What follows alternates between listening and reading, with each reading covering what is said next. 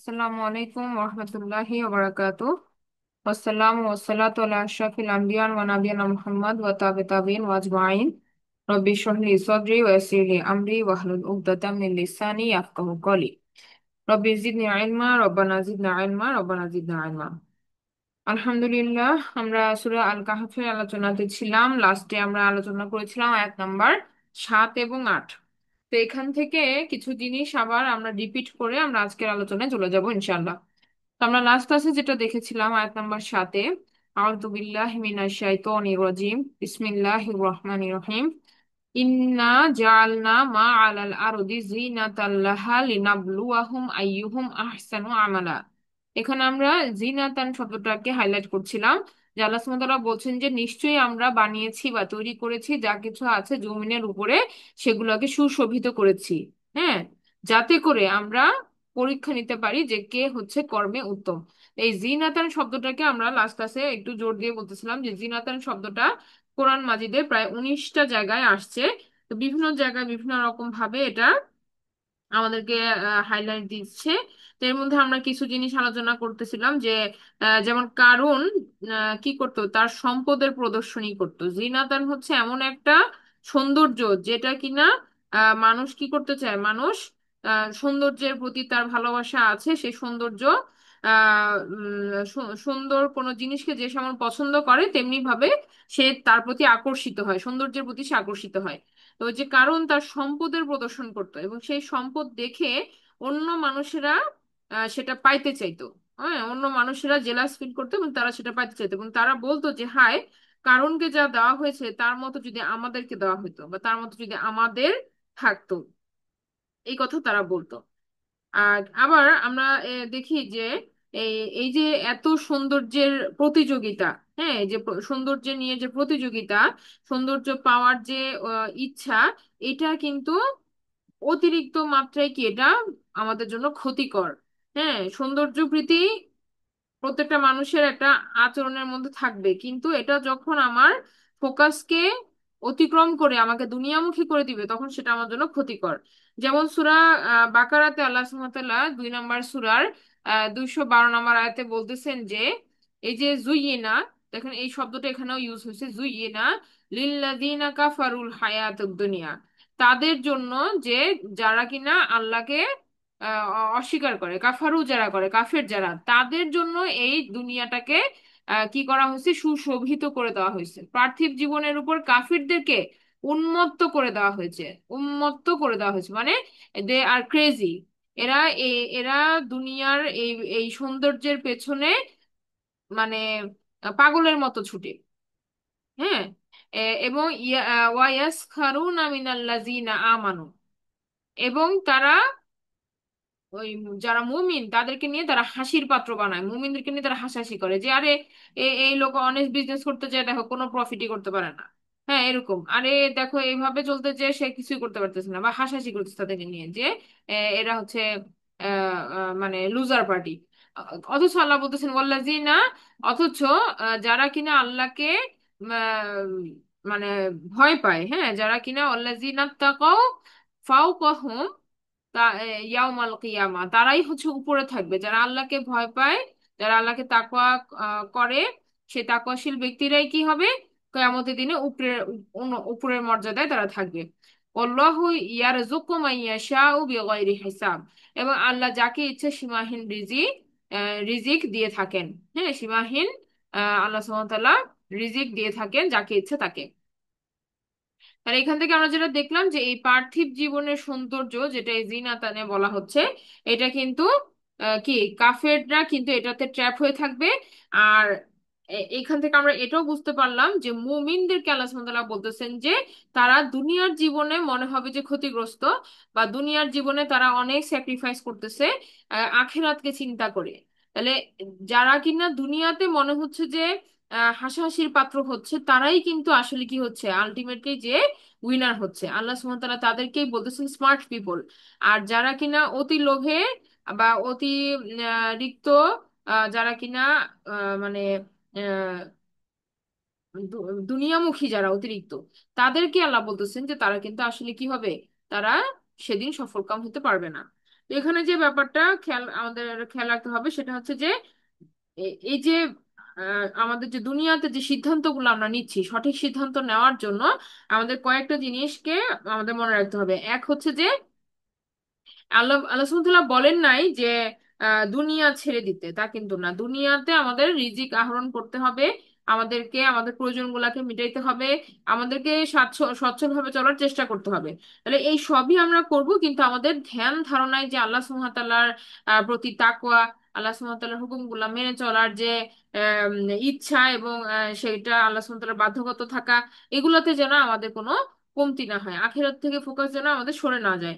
তাহলে আমাদের যে জিনিসগুলো আমরা বলছিলাম, যে এক হচ্ছে গায়েবে বিশ্বাস রাখা, হ্যাঁ, যে জান্নাত জাহান্নাম আছে এবং আমি জান্নাত পাইতে চাই, আমি জাহান্নাম থেকে মুক্তি চাই, এই ব্যাপারগুলোতে দৃঢ় বিশ্বাস থাকা। যদি এটা আমার থাকে, তখনই আমি কি করব, আমি কিন্তু আমার ডিসিশন গুলাতে আমি মানে আখিরাতমুখী চিন্তা করব। হ্যাঁ, যে আমি আমার অর্থটা আমি কোথায় কাজে লাগাচ্ছি, আমার ইনকামটাকে আমি সঠিকভাবে গ্রহণ করছি কিনা, এই ব্যাপারগুলোতে তখন আমরা সচেষ্ট হব। আর আরেকটা ব্যাপার হচ্ছে যে আহ, শুধু শুধু মানে আমরা যে আবেগ দিয়ে চিন্তা করব তা কিন্তু না, আমাদের বুদ্ধিরও এখানে অনেক কাজ আছে। আমার নার্ভসকে যখন আমি কন্ট্রোল করতে চাইবো, তখন কিন্তু আমাকে কি করতে হবে, লজিক দিয়ে নার্ভসকে আমার বুঝাইতে হবে। আমার প্রত্যেকটা ডিসিশনে আমি কিন্তু শুধু মানে আমি শুধু যে মানে যেটা আমরা বলতে চাচ্ছি যে বোকার মতো কোনো কাজ আমরা এমন ভাবে করব না যে যেটা কিনা আমরা নিজেদেরকে ক্ষতিগ্রস্ত করি, বরং স্মার্ট ওয়েতে আল্লাহ সুবহানাহু ওয়া তাআলার আদেশ নির্দেশকে মান্য করার মাধ্যমেই আমরা কিন্তু আমাদের সিদ্ধান্তগুলোকে গ্রহণ করব। তাহলে এখানে যেটা আমরা বলতে চাচ্ছি যে আধ্যাত্মিকতা অবশ্যই থাকতে হবে, এট দ্য সেম টাইম কি আমার স্মার্টনেস, আমাকে আল্লাহ সুবহানাহু ওয়া তাআলা যে ইন্টেলেকচুয়াল দিচ্ছেন এটাকে হাইয়েস্ট উপায়ে ব্যবহার করতে হবে, ব্যবহার করে তারপর আমার সিদ্ধান্তগুলো নিতে হবে নাফসের এগেনস্টে ফাইট করার মাধ্যমে। এখানে অনেকগুলো জিনিস আছে যে আমরা এগুলো কিভাবে করব। হ্যাঁ, এই ইয়াতেই তো আমরা দোয়াগুলা করি আল্লাহ সুবহানাহু ওয়া তাআলার কাছে। আমরা দোয়াতে আমরা কি বলি, রব্বানা আতিনা ফিদ দুনিয়া হাসানা, এইটুকু বলে কিন্তু আমরা থেমে যাই না, আমরা দুনিয়াতে হাসানা চাচ্ছি। হ্যাঁ, তারপরে কি, ওয়াফিল আখিরাতে হাসানা, এরপর আমরা আখিরাতের দিকে আমরা বেশি দোয়াটা বেশি করতেছি, যে আখিরাতেও আমাদেরকে হাসানা দাও, ওয়াকিনা আযাবান নার, এবং আমাদেরকে জাহান্নামের সেই শাস্তি থেকে আপনি আগুনের সেই শাস্তি থেকে আপনি রক্ষা করেন। তাহলে এই যে দুইটা পোর্শন আমার কি আখিরাতমুখী, আর একটা পোর্শন আমি দুনিয়ামুখী, দোয়াটা যেরকম ব্যালেন্স, আমাদের লাইফটাও এরকম ব্যালেন্স রাখতে হবে। আচ্ছা, আলহামদুলিল্লাহ। তো এখন এখানে আরো কিছু কমেন্টস আছে, যেমন মুফাসসিরিন কেরামরা বলে থাকেন যে মানুষ কেবল তার জন্যই লড়াই করে যা তারা চায়, আর আরো জিনিসপত্রের জন্য তারা চেষ্টা করে যা অন্য কেউ চায়। তাহলে মানুষের যে চাহিদাটা, এটা কিভাবে তৈরি হয়, একটা হচ্ছে আমার নিজের একটা আকাঙ্ক্ষা মনের ভিতরে, নাফস, এটা আমাকে বিভিন্ন জিনিসের চাওয়া পাওয়া তৈরি করে দেয়, যে আমি এটা লাগবে, আমার ওটা লাগবে মনের মধ্যে। আর এটা হচ্ছে আমি মানুষেরটা দেখে আমার চাওয়া তৈরি হয়, আর আমি আরেকজনটা দেখে আমার মনে হয় যে ইস, আমার যদি ওইটা হইতো। হ্যাঁ, তো এই দুই জায়গাতেই কিন্তু আমাদের কি করতে হবে, আমাদের চেক পোস্ট বসাইতে হবে যে আমার চাওয়াটা কি লজিক্যাল কিনা, এই জিনিসটা আমাদের খেয়াল রাখতে হবে। আরেকটা বলা হচ্ছে যে এ, এ, যে সফল কাম কারা, এই বর্ণনায় দেওয়া হচ্ছে যে এরা হলো তারা যারা প্রলোভনকে ত্যাগ করে, মানে লোভ লালসাকে ত্যাগ করে, ত্যাগ করার ক্ষেত্রে সবচেয়ে দৃঢ় হবে। কারণ আমরা জানি যে এই শোভাটা এরকম, যে এই দুনিয়ার সৌন্দর্যটা এরকম যে এটা আকর্ষণ করবে অনেক বেশি। তো এই লোভটাকে ত্যাগ করতে হলে অনেক দৃঢ় মনোবল থাকতে হবে, এবং এগুলো ছেড়ে দেওয়ার জন্য শক্তি ধারণ করতে হবে, যে it is not easy to give up, give up. হ্যাঁ, যে আমরা যে বললাম না, যে গিভ আপ করা, কুইট করা, কিছু কিছু জায়গা থেকে নিজেকে কুইট করতে হবে। এই করাটা সহজ না। এই করাটা মানে আমাদের আমাদের ইমান যদি শক্ত না হয়, তাহলে আমরা পারবো না। যেখানে আমরা দেখবো যে এত ফ্লো অফ মানি, হ্যাঁ, এত ইজি মানি, এত লাক্সারি আমাদের ডাকতেছে, হ্যাঁ, এত সবকিছু আহ, একদিকে স্রোতের সাথে চলে যাচ্ছে, আর আমরা উল্টা দিকে হাঁটতেছি যেখানে আমার নো বেনিফিট। হ্যাঁ, যেখানে দুনিয়াতে আমি দেখতেছি যে আমার আমার জিরো ইনকাম, বা আমার আমার লেস ইনকাম, আমার লেস প্রফিট। আমি দেখতেছি যে সবাই অনেক কিছু গেইন করে ফেলতেছে, আমি আমি করতে পারতেছি না, বিকজ অফ আমি হালাল হারাম চিন্তা করতেছি। তখন এই জায়গাগুলোতে কি অনেক প্রেশার আসবে চারিদিক থেকে, আপনার আপনার পরিবার আপনাকে প্রেশার দিবে। হ্যাঁ, যে আপনি কি করতেছেন, বা তুমি কি করতেছো, এইভাবে চললে তো আমরা সমাজে টিকতে পারবো না। এই যে ফ্যামিলির প্রেশার, হ্যাঁ, তারপরে নিজেদের ছেলে মেয়েরা তখন বলতে বলতে শুরু করবে। হ্যাঁ, এই নানা রকম কারণে কিন্তু দেখা যাচ্ছে কি যে এই নাফসের সাথে যুদ্ধ কিন্তু কন্টিনিউ হবে। তো তো আমরা এটা বললাম, তো এখন দেখি আমরা যে আর এটা হচ্ছে যে আয়াত নাম্বার 7-এর লাস্টের দিকে যে আরেকটা কথা বলা হচ্ছে যে কেন এই এই পরীক্ষাটা, আল্লাহ বলছেন যে যাতে আল্লাহ সুবহানাহু ওয়া তাআলা দেখতে পারেন যে আইয়ুহুম আহসানু আমালা, যে কে হচ্ছে কর্মে উত্তম। তো কর্মে উত্তম আল্লাহ সুবহানাহু ওয়া তাআলা কিন্তু এটা বলেন নাই যে কে বেশি আমল করে, তা বলেন নাই, বলছেন এই কাজটা কে সবচেয়ে ভালো কাজটা করে। হ্যাঁ, ভালো কাজটা কে করে। তো এখানে মানে ঘটনাটা হচ্ছে এরকম যে আল্লাহ সুবহানাহু ওয়া তাআলা অল্প অল্প হইলেও আমাদের যে প্রতিনিয়ত ভালো কাজের সাথে থাকা, এইটাকে আল্লাহ সুবহানাহু ওয়া তাআলা ফোকাস দিচ্ছেন। তার মানে আমরা যখন বলি যে একজন প্রোডাক্টিভ মুসলিম, তখন কোয়ালিটিটা বেশি ইম্পর্টেন্ট, কোয়ান্টিটিটা না। আমি অনেক সারাদিনের সলাৎ পড়লাম কিন্তু আমার সলাৎ গুলা কানেক্ট করতে পারলাম না আমি আল্লাহর সাথে, তাহলে এটার থেকে বেশি আমি লাভবান হচ্ছি না। কিন্তু আমি অল্পই পড়লাম কিন্তু আমি সেইটুকু সলাতে আমি খুবই সিনসিয়ারিটির সাথে যেভাবে আমরা আমাদের আল্লাহ সুবহানাহু ওয়া তাআলা বলছেন যে কানেক্ট হয়ে আল্লাহকে স্মরণ করে পড়া, সেইভাবে যদি আমি পড়তে পারি তাহলে এটা আমার জন্য মোর বেনিফিশিয়াল হবে। আচ্ছা, এবার আমরা আয়াত 8-এ যেটা দেখেছিলাম যে ওয়া ইন্না লাজাইলুনা মা আলাইহা সাঈদান জুরুজা, যে নিশ্চয়ই আল্লাহ সুবহানাহু ওয়া তাআলা বলতেছেন যে নিশ্চয়ই আমরা পরিণত করে দিব যা কিছু আছে জমিনের উপরে, তাকে একটা বিরান ভূমিতে পরিণত করে দিব। তো এখন এখানে একটা ব্যাপার যে 7 এবং 8-এর মধ্যে রিলেশনটা কি। 7 নম্বরে আল্লাহ বললেন যে অনেক কিছু সৌন্দর্যমণ্ডিত করা হয়েছে যাতে পরীক্ষা নিতে পারেন। আবার 8-এ এসে বলতেছেন যে এই সবকিছু ধূলিসাৎ করে দেওয়া হবে। তাহলে 7 এবং 8-এর মধ্যে ব্যাপারটা লিঙ্কটা এরকম যে পৃথিবীকে সৌন্দর্য মণ্ডিত করার যেরকম ভাবে করা হয়েছে, এই সৌন্দর্য মণ্ডিত করার পরে এর পরের পরবর্তী ফেজটা কি, পরবর্তী ফেজটা হচ্ছে যে একে আমরা পুরোপুরি ধ্বংস করে দিব।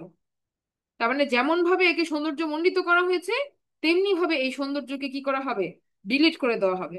তাহলে এটার উদ্দেশ্যটা আল্লাহ সুবহানাহু ওয়া তাআলা আমাদের সামনে তুলে ধরেন যে দেয়ার ইজ এ পারপাস। হ্যাঁ, এই এই সৌন্দর্য মণ্ডিত করার একটা উদ্দেশ্য আছে, উদ্দেশ্যটা কি মাঝখানে বলে দিয়েছেন যে তোমাদেরকে পরীক্ষা করা, তারপর উদ্দেশ্য শেষ, এই সব জিনিস ডিলিট হয়ে যাবে, এটা বলা হচ্ছে।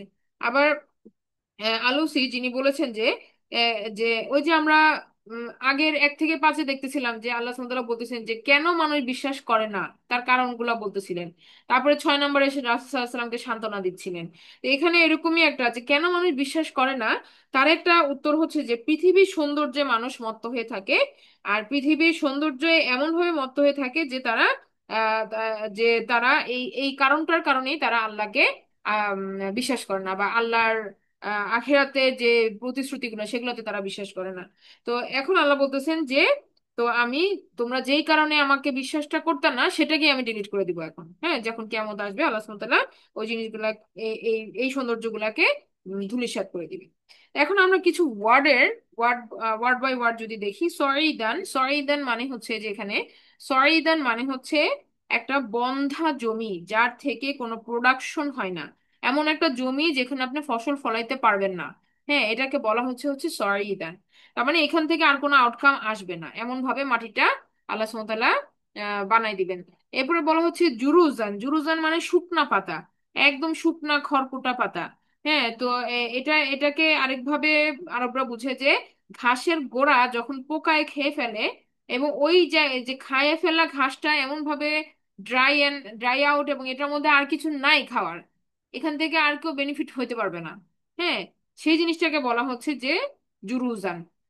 কি মনে করেন যে আপনি খুবই ক্ষুধার্ত, আপনি মরুভূমিতে গাছপালা বা বালু সরায় সরায় কিছু খুঁজতেছেন খাবার, তো এমন কিছু ঘাসের শুকনা খড়কুটা আমরা পাইলাম যে যেটার গোড়াটাও কি করছে, পোকায় খেয়ে ফেলছে, এখান থেকে আর কিছু পাওয়া যাবে না। হ্যাঁ, no fruit, no more fruit. তো এই জিনিসটাকে বলা হচ্ছে যে সরিদান জুরুজা। আর এখানে আল্লাহ সুবহানাহু ওয়া তাআলা যেটা বলছিলেন যে লাজাইলুনা, মানে এটা খুব শীঘ্রই ঘটতে যাচ্ছে, অবশ্যই এটা খুব শীঘ্রই ঘটতে যাচ্ছে, এমন ভাবে এটাকে বলা হয়েছে। আচ্ছা, তো আমরা এই পর্যন্ত যেটা দেখলাম, আর আর মা মানে তো যা কিছু আছে এভরিথিং, যেমন পাহাড় টাহাড় সবকিছু ডিলিট হয়ে যাবে, সবকিছু মিলে একটা প্লেন সারফেসে পরিণত হবে। এগুলো আমরা অন্যান্য সূরাতেও আমরা কিন্তু কিয়ামতের বর্ণনার সময় আমরা এই উদাহরণটা পেয়ে থাকি। তো আমরা এই আয়াতে আর সময় না দিয়ে আমরা চলে যাচ্ছি এখন আয়াত নাম্বার 9, যেটা আমাদের আজকের আলোচনার বিষয়বস্তু। তো এখানে আমরা দেখবো যে আয়াত আয়াত নাম্বার 9-এ কিন্তু আবার কি হচ্ছে, টপিক পরিবর্তন হচ্ছে। আমরা একটু আগে যেটা দেখলাম যে 7-8-এ একটা টপিক, যে কিয়ামত হয়ে সময়ের একটা বর্ণনা, ধ্বংস হয়ে যাবে, এবং দুনিয়ার সৌন্দর্য ডিলিট হয়ে যাবে, এগুলো আমরা দেখলাম। এখন আয়াত 9-তে আমরা দেখতে পাচ্ছি যে আল্লাহ সুবহানাহু ওয়া তাআলা সেই যে আমাদের যে সূরা কাহাফের মধ্যে যে 4টা স্টোরি, এই 4টা স্টোরির প্রথম স্টোরিটাকে স্টার্টিং করে দিচ্ছেন, হ্যাঁ, 9 নম্বর আয়াতের মধ্যে। তো 9-এর আগে 1 থেকে 8 ছিল তাহলে কি, ইন্ট্রোডাকশন। হ্যাঁ, আর 9 থেকে আমার ঘটনাটা আসলে শুরু হচ্ছে, স্টোরি 1 নম্বর স্টোরির প্রথম ইয়াটা আপনার সেট আপটা শুরু হয়ে যাচ্ছে। তো 1 থেকে 8 ছিল পুরোটাই কি, ইন্ট্রোডাকশন। তো ওই ইন্ট্রোডাকশনটাও কিন্তু এই 9 নম্বর আয়াতের সাথে জড়িত। সেটা আমরা দেখবো যে কিভাবে এরা জড়িত। তো তার আগে আমরা 9 নম্বর আয়াতটা আমরা যে বেসিক বা ট্রান্সলেশনটা সেটা আমরা পড়ি। আম হাসিবতা আন্না আসহাবাল কাহফি ওয়ার রকিমি কানু মিন আয়াতিনা আজাবা। বলা হচ্ছে আম হাসিবতা, তুমি কি মনে করো। হ্যাঁ, আম আম মানে এখানে কি বলা হয়েছে, আম এখানে একটা দিয়ে একটা প্রশ্ন আছে। এট দ্য সেম টাইম এখানে আম বলার মাধ্যমে অথবাও বলা হয়, অথবা। হ্যাঁ, তো এটাও হয়। তো এখানে বলা হচ্ছে যে এরপর বলা হচ্ছে যে আন্না আসহাবাল কাহফি, যে এই গুহার অধিবাসী, আসহাব আল কাহফি ওয়ার রকিমি, এবং এবং রকিম, রকিমের অর্থ আমরা বলতেছি পরে, কানু মিন আয়াতিনা আজাবা, ছিল একটা আল্লাহর নিদর্শনগুলোর মধ্যে একটা আজব নিদর্শন। আজব আমরা বাংলাতেও বলি, মানে এটা হচ্ছে আশ্চর্যজনক, হ্যাঁ, যেটা নর্মাল ফেনোমেনার মধ্যে পড়ে না, এরকম একটা কিছু। তো এই জিনিসটাকে আমরা এবার বোঝার চেষ্টা করি। আম মানে কি, আম মানে আমরা বলেছি অথবা।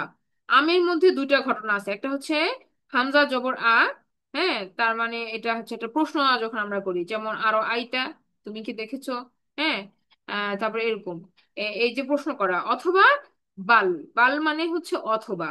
তো এই দুইটার যে কোনোটাই কিন্তু কি আমের মধ্যে হইতে পারে। যেমন আমরা যেটা বললাম যে অথবা বা যেটা বরং বা অথবা, এটা আসলে দুইটা জায়গায় ইউজ হয়ে থাকে। একটা হচ্ছে এখানে বলা হয় ইকতাল, মানে আগেরটাকে আগের ঘটনাটা বাদ আর পরেরটা ঠিক, যখন এরকম কিছু বুঝায় তখন আসে। আর এটা হচ্ছে ইন্তেকাল, মানে চেঞ্জ হয়, আমার আমার টপিক পরিবর্তন হয়ে গেল, হ্যাঁ, নতুন কিছু আমরা বলতেছি, এই জিনিসটা। তো এইখানে আমের ইউজটা হয়েছে ইন্তেকাল। ইন্তেকাল যদিও আমরা আমরা মানুষ মারা গেলে বলে থাকি, কিন্তু এটা গ্রামাটিক্যাল একটা টার্ম। তো এটার মানে হচ্ছে গতির পরিবর্তন বা বিষয়ের পরিবর্তন। যেমন আমরা 1 থেকে 8-এ একটা একটা ফ্লো দেখেছি একটা টপিকে, এখন 9 থেকে আমরা একটা নতুন আঙ্গিকে একটা বিষয়কে দেখতে পাচ্ছি। তো এখানে এই কারণে আম কথাটা এসেছে। তো আরেকটা ব্যাপার হচ্ছে যে আহ, যে হাসিবতা, হাসিবতা কাকে বলা হচ্ছে, হাসিবতা, আংতা হাসিবতা মানে তুমি, এর ভেতরে লুকায়িত আছে তুমি, আংতা। তো এখানে রাসূল সাল্লাল্লাহু আলাইহি সাল্লাম হচ্ছেন অ্যাড্রেসি। রাসূল সাল্লাল্লাহু আলাইহি সাল্লামকে সম্বোধন করে এখানে বলা হচ্ছে যে আপনি কি মনে করেন, বা রাসূল সাল্লাল্লাহু আলাইহি সাল্লামের কথা বলা হচ্ছে যে তুমি কি মনে করো। তো এখানে একটা ঘটনা যে যেটা আমরা বলতেছিলাম যে লিংক কোথায়, পূর্ববর্তী আয়াতের সাথে এটা কিভাবে কানেক্টেড। তো আমরা একে তো বললাম যে ওটা ইন্ট্রোডাকশন, এই আরেকটা হচ্ছে যে এই যে রাসূল সাল্লাল্লাহু আলাইহি ওয়াসাল্লামকে অ্যাড্রেস করে কিন্তু বলা হয়েছে কত নম্বর আয়াতের কথাটা, 6 নম্বর আয়াতে একটা কথা বলা হয়েছে, ফালা আল্লাহ কা, কা, এখানে কাটা হচ্ছে রাসূল সাল্লাল্লাহু আলাইহি সাল্লাম। তাহলে একইভাবে 6 নম্বরে যেভাবে প্রফেট সাল্লাল্লাহু আলাইহি সাল্লামকে অ্যাড্রেস করা হয়েছে, তেমনি 9 নম্বরে এসে আমরা দেখি যে রাসূল সাল্লাল্লাহু আলাইহি সাল্লামকে অ্যাড্রেস করা হচ্ছে। তাহলে এই দুটো আয়াতের মধ্যে অবশ্যই কি একটা যোগসূত্র আছে, সেটা আমরা আমরা বুঝার চেষ্টা করব। তো আমরা যেটা এখন পর্যন্ত যেটা বুঝলাম যে দুইটা অ্যাড্রেসিং একই রাসূল সাল্লাল্লাহু আলাইহি সাল্লামকে করা হচ্ছে। আচ্ছা, এখন এভাবে কেন আপনার প্রশ্ন হতে পারে যে why is the starting is like this, এরকম ভাবে কেন হলো। তো আল্লাহ সুবহানাহু ওয়া তাআলা সূরা ইউসুফে যেমন বলেন যে তিনি সবচেয়ে বেস্ট ওয়েতে সবচেয়ে বেস্ট স্টোরিটাকে তিনি কোরআনে দিয়েছেন। তাহলে আমাদেরকে বুঝতে হবে যে আল্লাহ সুবহানাহু ওয়া তাআলা এই যে এই প্যাটার্নটাও কি সবচেয়ে উত্তম ওয়েতে আমাদের কাছে তুলে ধরছেন। তার মানে এর মধ্যে অনেক হিকমা আছে, সেটা আমরা বুঝার চেষ্টা করব। না বুঝলেও এটা মনে রাখতে হবে যে এটাই আল্লাহ সুবহানাহু ওয়া তাআলার কি সবচেয়ে বেস্ট ওয়েতে আমাদের সামনে প্রেজেন্ট করেছেন, যেটা আমরা এখন দেখছি যে এটার মধ্যে মানে এই এই প্যাটার্নের মধ্যে অনেক হিকমা লুকানো আছে। আচ্ছা, তো এখন আমরা যেটা বোঝার চেষ্টা করি যে এখানে এটাকে বলা হলো কি, যে আজাবান, একটা আজব বিষয়। এই আজব বিষয় সম্পর্কে বুঝাইতে একজন মুফাসসির বলেছেন এভাবে যে হ্যাঁ, এটা একটা আজব বিষয়, তবে এতটা আজব না যতটা আজব কিনা কোরআন মজিদ নিজেই। ঠিক আছে, আমি কথাটা আরেকবার বলি, যে এই যে আজব বিষয়টা বলা হইলো, এটা আজব, ঠিক আছে, কিন্তু এটা ওয়ান অফ দা মানে অনেকগুলোর মধ্যে একটা বিষয়। আর এর থেকেও বড় আজব ব্যাপার হচ্ছে কোরআন মাজিদ স্বয়ং নিজে। এটা কেন? কারণ কোরআন মাজিদ হচ্ছে এমন একটা মিরাকেল, এমন একটা অলৌকিক বস্তু, যেটা আরবের বুকে সেই সময়ে একটা বিশাল সমালোচনা নিয়ে আসছে। আরবের মধ্যে তখন সবচেয়ে সমালোচিত বা সবচেয়ে আলোচিত যে যে টপিকটা, সেটা হচ্ছে আল কোরআন। হ্যাঁ, যে এরকম ঘটনা বা এরকম বিষয় এর আগে কখনো হয়নি। আর আরেকটা ব্যাপার হচ্ছে যে যে কোরআন আমরা বলি হচ্ছে এটা একটা লিভিং বুক। মানে এটা একটা এমন একটা অলৌকিক কিতাব, যে কিনা তার রিডারের সাথে কথা বলে, যে কিনা তার রিডারকে বিভিন্ন এমন জিনিসের এক্সপিরিয়েন্স দেয় যা তার কাছে মানে এরকমই অলৌকিক, যেরকম রাসূল সাল্লাল্লাহু আলাইহি সাল্লামের সময় ছিল। আমার হয় না যে একটা আয়াত আমার জীবনের সাথে এমন ভাবে এটা মিশে গেছে, যে এমন ভাবে ম্যাচিং হয়ে গেছে আমার আমার পরীক্ষার সাথে, যে মনে হচ্ছে যে এই আয়াতটা তো মনে হচ্ছে যে আমার জন্য আল্লাহ সুবহানাহু ওয়া তাআলা বলছেন। এরকম হয়, আমরা আমরা অনেক সময় আমাদের কাছে এগুলো আমরা ফেস করি, এগুলো অবশ্যই কি আমার জন্য ওই আয়াতটা হচ্ছে আল্লাহর তরফ থেকে কি একটা নিদর্শন ওই মুহূর্তে। তো এইভাবে আমরা যদি এটা বুঝি, তাহলে আমরা দেখবো যে কোরআন কিন্তু আসলে লিভিং বুক, এটা প্রত্যেক ইন্ডিভিজুয়ালের সাথে কিন্তু কানেক্টেড। আচ্ছা, এটা আমরা একটা দেখলাম। এখন আমরা যেটা বলতেছি যে আরেকজন মুফাসসিরিন বলছেন যে হ্যাঁ, এখানে রাসূল সাল্লাল্লাহু আলাইহি সাল্লামকে সম্বোধন করা হয়েছে প্রথম দিকে, এটা সঠিক, কিন্তু এর পরে এটা ইন জেনারেল বাকিদের জন্য অ্যাপ্লিকেবল। যেমন আমরা কোরআন পড়ছি, কোরআনের প্রত্যেকটা আয়াতে কি আমাদের জন্য কি আছে, আমাদের জন্য দিক নির্দেশনা আছে, আমাদের জন্য গাইডেন্স আছে। হ্যাঁ, আমাদের জন্য উপদেশমূলক বাণী আছে, যেগুলো আমরা বুঝতে পারতেছি যে এটা আমাদের জন্য অ্যাপ্লিকেবল। তো এরকম ভাবে এখানে ফার্স্ট অ্যাড্রেসিংটা যদিও প্রফেট সাল্লাল্লাহু আলাইহি সাল্লাম, কিন্তু তারপরে তার অনুসারীদের জন্য কি এটা অ্যাপ্লিকেবল হবে। আচ্ছা, এখন আসি আমরা এই কথাটাতে, যে হাসিবতা, হাসিবতা মানে কি? হাসিবতা আসছে বেসিক্যালি হিসাব থেকে, আমরা যেটা বুঝি হাসিন বা, তো এটার অর্থ হচ্ছে গণনা করার জন্য ব্যবহৃত একটা হিসাব, হিসাব নেওয়া, আমরা যেটা বুঝি যে হিসাব করা। তো হিসাব কিসের হিসাব? এটা একটা আপনার প্রশ্ন, যে মানে কি ভাবা বা কি চিন্তা বা কিসের ক্যালকুলেশন। তো এটা আমরা আমরা পরবর্তীতে দেখবো যে হিসাব সংক্রান্ত একটা ঘটনা কিন্তু হিসাব নিকাশ বলতে যেমন মনে করেন যে আমরা মান্থলি একটা হিসাব করি। হ্যাঁ, যে আমাদের চাঁদ আর সূর্যের একটা আমাদের কি হয়, আমাদের টাইম ফ্রেম আছে, আমাদের ক্যালেন্ডার আছে, আমাদের ইয়ারলি ক্যালেন্ডার আছে। হ্যাঁ, আমাদের সারাদিনের ঘড়ির ব্যাপার আছে, কয়টা বাজে, কয়টা ওয়াক্ত হইলো, এই জিনিসগুলো আমরা দেখি। তো চাঁদ এবং সূর্য যেমন আমাদেরকে প্রতি মুহূর্তে কি করতেছে, একটা টাইম টাইম ফ্রেম বলে দিচ্ছে। আবার পূর্বপুরুষদের আভিজাত্য, এই জিনিসটাও কিন্তু হিসাবের মধ্যে আসে। দায়িত্বশীল আচরণ বা দায়িত্বশীলতা করা, গণনা পূর্ণ করা, হ্যাঁ, এই সমস্ত কথাগুলোই এ হিসাবের মধ্যে আসে। তাহলে এখানে যেটা প্রশ্ন করা হচ্ছে যে আম হাসিবতা, এটা হচ্ছে একটা ক্যালকুলেশন, একটা ধারণা, সেখান থেকে একটা আউটকাম, একটা চিন্তার ফলশ্রুতিতে একটা কি আমরা বলতে পারি যে, আমরা বলি না যে অনেক চিন্তা ভাবনা করে একটা সিদ্ধান্ত, এরকম ব্যাপারটা হচ্ছে এরকম। এবার বলা হচ্ছে যে আন্না, যে আসহাব আল কাফি, আসহাব মানে হচ্ছে ঘনিষ্ঠ বন্ধু, কাছাকাছি থেকে কারো সাথে প্রতিশ্রুতবদ্ধ হওয়া। হ্যাঁ, মানে আসহাব হচ্ছে এমন কেউ যে যাকে আমি ক্লোজ ফ্রেন্ড হিসাবে অথবা তার সঙ্গ হিসাবে আমি তাকে সাথে রাখতেছি, এবং তার থেকে আমরা কমিটেড টু ইচ আদার, একজন আরেকজনের সাথে আমরা প্রতিশ্রুতবদ্ধ, এরকম ভাবে ফ্রেন্ড যখন, তখন এটা হচ্ছে আসহাব। এখন আসি কাহাফ। কাহাফ মানে গুহা বলা হয়েছে ইন জেনারেল, কিন্তু আরেকটু যদি ভালোভাবে বোঝার চেষ্টা করি, কাহাফ মানে হচ্ছে এমন একটা গুহা যার গর্তটা বেশ বড়, যার ওপেনিংটা অনেক বড়। হ্যাঁ, একদম খোলা মুকলা গুহা, যেটার ভেতরে গর্তের মধ্যে দেখা যায়। তো গুহাটা বড় ছিল এবং অনেক জায়গাও ছিল, কিন্তু অনেক জায়গায় ছবিতে দেখবেন যে স্পেশালি খ্রিস্টানরা যেগুলো চার্চের মধ্যে ওদের চার্চের ডেকোরেশনে যেগুলা ছবি হাত হ্যান্ড পেন্ট করা অথবা যেগুলো এরকম লাগায় রাখছে, তো ওগুলাতে দেখা যায় যে একটা ছোট্ট জায়গার মধ্যে সাতজন আটজন এরা কি করতেছে, এরা গাদাগাদি করে এক জায়গায় আছে, এরকম ছবি তারা ইউজ করে থাকে। কিন্তু আল্লাহ সুবহানাহু ওয়া তাআলার বর্ণনার মধ্যে যেটা বোঝা যাচ্ছে যে কাহাফ যেহেতু আল্লাহ সুবহানাহু ওয়া তাআলা উল্লেখ করেছেন, তার মানে এটার গুহার মুখটা হচ্ছে বড়। তো এখন আপনি বলতে পারেন যে এটা আমি বুঝলাম কিভাবে যে গুহার মুখ বড় না ছোট। দুইটা ওয়ার্ড আছে, সিনোনিম অনেক আছে, আমরা জানি যে আরবি ভাষাটা খুব সমৃদ্ধ একটা ভাষা, এবং এখানে একটা জিনিসের জন্য অনেকগুলো সিনোনিম থাকে। তো এরকমই আরেকটা সিনোনিম হচ্ছে গড়। গড় যেমন আমরা বলি না যে গড় হেরা, মানে হেরা গুহা।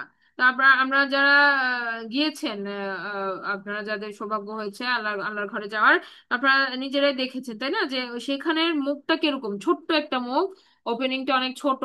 হ্যাঁ, মানে একজন মানুষ এন্টার করতে পারে এর ধরনের। এবং এখানে উঠে যাওয়াটাও কিন্তু কি খুব কষ্টসাধ্য। তো এটা যে আর আরেকটা হচ্ছে গড়ের সুর, সেখানে আবু বকর রাদিয়াল্লাহু আনহু এবং রাসূল সাল্লাল্লাহু আলাইহি সাল্লাম যে যখন মক্কা থেকে হিজরত করে যাচ্ছিলেন তখন আশ্রয় গ্রহণ করেছিলেন। তো এই যে আমরা যেটা বললাম যে দুইটা ওয়ার্ডই কিন্তু আছে ডিফারেন্ট ডিফারেন্ট, তাহলে আমরা কোরআনে এটার উদাহরণটা দেখি। 9 নম্বর সূরার 40 নম্বর আয়াতে দেখেন, এখানে বলা হচ্ছে যে এই যে আমরা এই এই ওয়ার্ডটা দেখেন যে বলা হচ্ছে যে আহ হুমা, আমরা আমরা একটু পড়ি, ইল্লা তানসুরুহু ফাকাদ নাসারাহুল্লাহু ইয আখরাজাহুল্লাযীনা কাফারু সানিয়াসনাইনি ইয হুমা ফিল গর। ফিল গর মানে কি বলা হচ্ছে, তোমরা যদি তাকে রাসূলকে সাহায্য না করো তবে মনে রেখো আল্লাহ তার সাহায্য করেছিলেন যখন তাকে কাফেররা বহিষ্কার করেছিল, তিনি ছিলেন দুইজনের একজন যখন তারা গুহার মধ্যে ছিলেন। এই দুইজন কে ছিলেন, রাসূল সাল্লাল্লাহু আলাইহি সাল্লাম এবং আবু বকর রাদিয়াল্লাহু আনহু। তখন আল্লাহ সুবহানাহু ওয়া তাআলা তাদেরকে এই এই এই আয়াত সম্পর্কে এখানে বলতেছেন আর কি। তো আমরা যেটা আমাদের যেটা পয়েন্ট সেটা কি, যে এক জায়গায় আল্লাহ সুবহানাহু ওয়া তাআলা গড় বললেন গুহা, আরেক জায়গায় কাহাফ বললেন গুহা। তো নিশ্চয়ই কোনো পার্থক্য আছে, না হলে তো একই ওয়ার্ড ইউজ করতেন। তো পার্থক্যটা এখানে যে গড় মানে স্মল ওপেনিং, আর কাহাফ মানে লার্জ ওপেনিং, যেটা গুহার মুখ বড়, সেটা হচ্ছে কাহাফ। তো এটা আমাদের জরুরি কেন? কারণ আমরা পরবর্তীতে দেখব যে আল্লাহ সুবহানাহু ওয়া তাআলা বর্ণনা দিচ্ছেন যে গুহার মুখের সামনে ওদের কুকুরটা বসেছিল। হ্যাঁ, সো বাইরে থেকে যেন আসলে পরে সবাই আগে মানে ও যেন একটা কি আহ, বাধা হিসাবে দাঁড়ায়, তারপরে তারা ভেতরে মানে উকি দিলে দেখতে পারতো যে ওরা আছে, ঘুমিয়ে আছে। তো এটা একটা। আচ্ছা, তো এখন আমরা যেটা বলছিলাম যে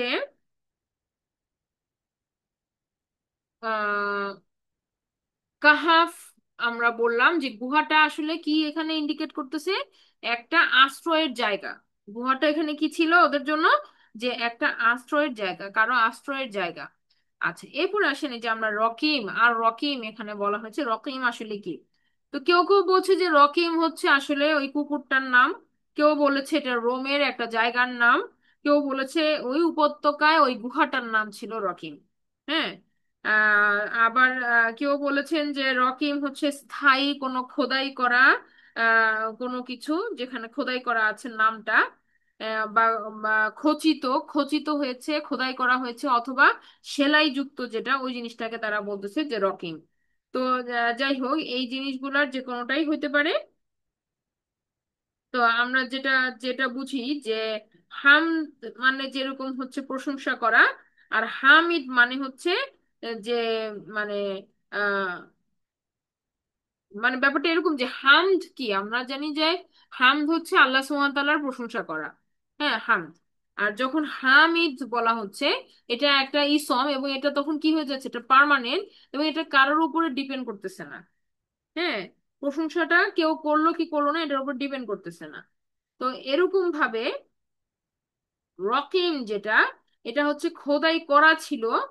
হ্যাঁ, এটা খোদাই করা ছিল, এবং এটা এমনও বলা, ওনারা বলতেছেন যে যেমন ট্যাবলয়েড বলে না যে পাথরের মধ্যে লেখা, এরকম সোনার কোনো ট্যাবলয়েড, যাতে তাদের নাম, তাদের বংশ, তাদের গল্পটা লেখা হয়েছিল, অথবা কোনো বড় পাথর যেখানে তাদের নামটা লেখা ছিল। সো এই যে আহ, এ- এখানে এটা তারা লিখে নাই, পরবর্তীতে তাদেরকে নিয়ে যারা ঘটনাটা জানাজানি হওয়ার পরে যখন তারা কষ্ট পেয়েছিল তখন হয়তো কেউ লিখেছিল। তো এখন আমরা এই যে আমাদের যে এই এই অ্যানালাইসিস, ওয়ার্ডের অ্যানালাইসিস, এখান থেকে আমরা আসলে কি বুঝতে পারি? তো এখানে স্পষ্টত অর্থটা যেটা দাঁড়ায় যে গুহায় সাহাবী এবং গুহার সাহাবী, হ্যাঁ, যে আসহাবুল কাহফ, এবং ওই শিলালিপিতে লিখিত যে সঙ্গীরা আর রকিমের উপরে লেখা যে সঙ্গীরা, তারা একই ব্যক্তিবর্গ। একই ব্যক্তিবর্গ, তাহলে আমরা এভাবে বলতে পারি যে আসহাবুল কাহাফ এবং আসহাব ওয়া রকিম, এই দুটা জিনিস আসলে একই ব্যক্তিবর্গকে বুঝাচ্ছে। এটা হচ্ছে আমাদের কনক্লুশন।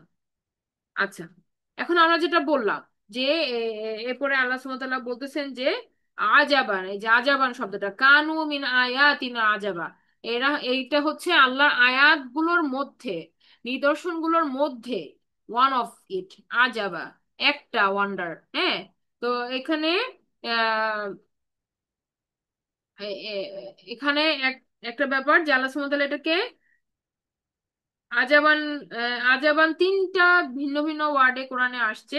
যেমন আজা আবুন, ওজা আবুন, আজিবুন, তিনটা জায়গা তিন ভাবে কোরআনে ইউজ হয়েছে। তো এইটার ইউজের ক্ষেত্রে সামান্য ডিফারেন্স আছে বিভিন্ন জায়গায়, তবে এটা বলতে যেটা বোঝায় যে একটা আনইউজুয়াল ঘটনা, একটা যেটা আমরা সচরাচর বুঝি, যেটা আমাদের লজিক মিলাইতে পারে সেটা না। এটা হচ্ছে আমরা লজিক দিয়ে মিলাতে পারতেছি না। কিন্তু আল্লাহ সুবহানাহু ওয়া তাআলার অনেক আয়াত আছে যেগুলো ভাবলে আমরা আশ্চর্য, মানে আশ্চর্যান্বিত হই, মানে আমরা অ্যামেজড হই। যেমন সূর্য, চন্দ্র, এদের কিভাবে এরা উঠতেছে, কিভাবে এরা অস্ত যাচ্ছে, আমাদেরকে আমাদেরকে কিভাবে একদম পারফেক্ট টাইম দিচ্ছে এভরি ইয়ার। এগুলো নিয়ে যদি আমরা একটু গবেষণা করি বা পড়াশোনা করি, তাহলে আমরা অবাক হয়ে যাই যে কিভাবে এত সুন্দরভাবে নেচারটা মেনটেন হচ্ছে। তো এইগুলো আল্লাহ সুবহানাহু ওয়া তাআলার কি আয়াত, নিদর্শন। কিন্তু এই নিদর্শনগুলো আমাদেরকে, আমরা মানে আমাদের সায়েন্স টেকনোলজি ক্যালকুলেশন দিয়ে আমরা বুঝি যে আচ্ছা এটা এইভাবে হইতেছে, এটা এইভাবে হইতেছে। এখন আমরা যতটুকু বুঝি সেটার কথা বললাম। আগে টাইম টাইম ফ্রেম অনুযায়ী এক এক মানুষ, এক এক সময়ের মানুষ এক এক ভাবে এটা বুঝছে। যখন না এগুলো আবিষ্কার হয় নাই বেশি, তখনও মানুষ জিনিসগুলো বুঝছে, কিন্তু হয়তো আমাদের মতো করে বুঝে নাই, তারা তাদের মতো করে বুঝছে। আবার এখন আমরা কি আরো একটু বেটার বুঝতে পারতেছি, হয়তো আমাদের পরে আরো বেটার কিছু আবিষ্কার হবে, আরো বেটার তারা বুঝতে পারবে। কিন্তু এটা আমরা ধরে নিছি যেটা আমাদের সামনে সচরাচর হচ্ছে এটা ইউজুয়াল। আর যেটা আমাদের সামনে সচরাচর হয় না, আল্লাহর আয়াত বা নিদর্শনের মধ্যেই এটা, কিন্তু এটা আমাদের কাছে অবাক লাগতেছে, আমাদের কাছে আশ্চর্য লাগতেছে, আচ্ছা এটা তো এরকম আমরা দেখি নাই আগে। এই ঘটনাটা এই কারণে আনইউজুয়াল। তবে যেটা বললাম যে এটার থেকেও অবাক ঘটনা আছে, আল্লাহ আমাদের সামনে আয়াত আয়াত হিসেবে রাখছেন। যেমন আল কোরআন, কোরআন হচ্ছে এটার থেকেও আজব মানে একটা ঘটনা। তো সেটা নিয়ে আমরা হয়তো এভাবে চিন্তা করি না দেখে এটা আমাদের মাথায় আসে না। আচ্ছা, তো এখন যেটা আমরা বলতে চাচ্ছি যে আল্লাহর আয়াত আসলে চারিদিকেই আছে, এবং এই আয়াতগুলো আমাদেরকে কন্টিনিউয়াস বলতেছেন যে আল্লাহ আছেন, আল্লাহ আছেন, হ্যাঁ, সৃষ্টিকর্তা আছেন। আমরা যদি আয়াতগুলোকে দেখি, আমরা যদি চিন্তা করি, তাহলে আমরা খুঁজে পাবো অবশ্যই যে প্রত্যেকটা জিনিস আমাদেরকে কিন্তু এটাই বলে দিচ্ছেন যে দেয়ার ইজ এ ক্রিয়েটর। অবশ্যই কি আমাকে, মানে তা সেই জিনিসটাকে তৈরি করা হয়েছে। তো তখন আমরা যেমন মনে করো একটা ব্র্যান্ডের ফোন দেখলে আমরা যেমন জিজ্ঞেস করি কোন কোম্পানি, কোন কোম্পানি। তো এরকম আমরা যখন আয়াতগুলো দেখি, আমরা কেন মনে মনে খুঁজি না যে এটা কে বানাইছে, কে বানাইছে? তো খুঁজলেই তো আমরা কাকে পেয়ে যাচ্ছি, আমরা আল্লাহ সুবহানাহু ওয়া তাআলাকে পেয়ে যাচ্ছি। তো এরকম এই মানে যা আমাদেরকে আল্লাহ সুবহানাহু ওয়া তাআলা কিন্তু কন্টিনিউয়াস তার আয়াত দিয়ে কিন্তু এই এই বিষয়গুলো আমাদেরকে দেখাচ্ছেন। আচ্ছা, আলহামদুলিল্লাহ। তো আজাবা বলতে কি বোঝায় এটা আমরা বললাম, আয়াত নাম্বার 9 পর্যন্ত বললাম। আয়াত নাম্বার 10টা আমরা একটু দেখি। এখন এই যে আজব কথাটা কি, এটা আল্লাহ সুবহানাহু ওয়া তাআলা বলতেছেন যে ইজ আওয়াল ফিথিয়াতু, যখন আশ্রয় নিয়েছিল যুবকেরা, ইলাল কাহফি, সেই গুহার মধ্যে। হ্যাঁ, ফাকালু, তারা বলেছিল, রব্বানা, আমাদের রব, আতিনা, আমাদেরকে দেন, মিল্লাদুনকা, স্পেশালি আপনার পক্ষ থেকে দেন, রহমাতান, রহমত মানে আল্লাহর অনুগ্রহ, ওয়াহাই লানা, এবং আমাদের ব্যবস্থা করে দেন, মিন আমরিনা, আমাদের কাজগুলাকে আমাদের জন্য ব্যবস্থা করে দেন, রসাদা, সুষ্ঠুভাবে, সঠিকভাবে আমাদের কাজগুলোকে আমাদের করার মতো করে দেন। ঠিক আছে? তো এই যে একটা দোয়া আমরা দেখতে পাচ্ছি কি এখানে একটা দোয়া আছে। তাহলে 9 এবং 10 নম্বর আয়াতের কনসেপ্ট কিন্তু একটা ঘটনা, একটা স্টোরি, যেটা সূরা কাহাফের প্রথম স্টোরি। এবং এই স্টোরির দুটা লাইন আল্লাহ সুবহানাহু ওয়া তাআলা কিন্তু এই 10 আয়াতের মধ্যে দিয়ে দিছেন। এবং এই 10 আয়াতের গুরুত্ব কিন্তু একটু ডিফারেন্ট। আমরা জানি যে 10 আয়াতকে আল্লাহ রাসূল সাল্লাল্লাহু আলাইহি সাল্লাম বলে গেছেন যে আমরা যদি মেমোরাইজ করি বাই হার্ট, এবং আমরা যদি এটা সঠিকভাবে অধ্যয়ন করি, তাহলে এটা আমাদেরকে দাজ্জালের ফিতনা থেকে রক্ষা করবে। তো কেন দাজ্জালের ফিতনা থেকে রক্ষা করবে? হ্যাঁ, আমাদের এই প্রশ্নের উত্তরটা আমরা ইনশাল্লাহ নেক্সট ক্লাসে দিব, যে 10 আয়াতের মধ্যে কি আছে, বা 10 আয়াতের টপিকটা কিভাবে একটা আরেকটার সাথে রিলেটেড, যে এটা এত বেশি জোর আমাদেরকে দেওয়া হয়েছে। হ্যাঁ, ইনশাল্লাহ আমাদের ক্লাসটা বৃহস্পতিবার দিন এখন থেকে রাতে 10টায় হবে। আল্লাহ যেন আমাকে এই সময়টা মেনটেন করার তৌফিক দান করেন। আপনারা দোয়া রাখেন যেন আমরা এটা কন্টিনিউ করতে পারি ইনশাল্লাহ। সো থার্সডেতে আমরা এটা করব ইনশাল্লাহ। তো আমরা ইনশাআল্লাহ। আজকে এখানেই শেষ করছি। সুবহানাকা আল্লাহুম্মা ওয়া বিহামদিকা আশহাদু আল্লা ইলাহা ইল্লা আনতা আস্তাগফিরুকা ওয়া আতুবু ইলাইক। আসসালামু আলাইকুম ওয়া রাহমাতুল্লাহি ওয়া বারাকাতুহু।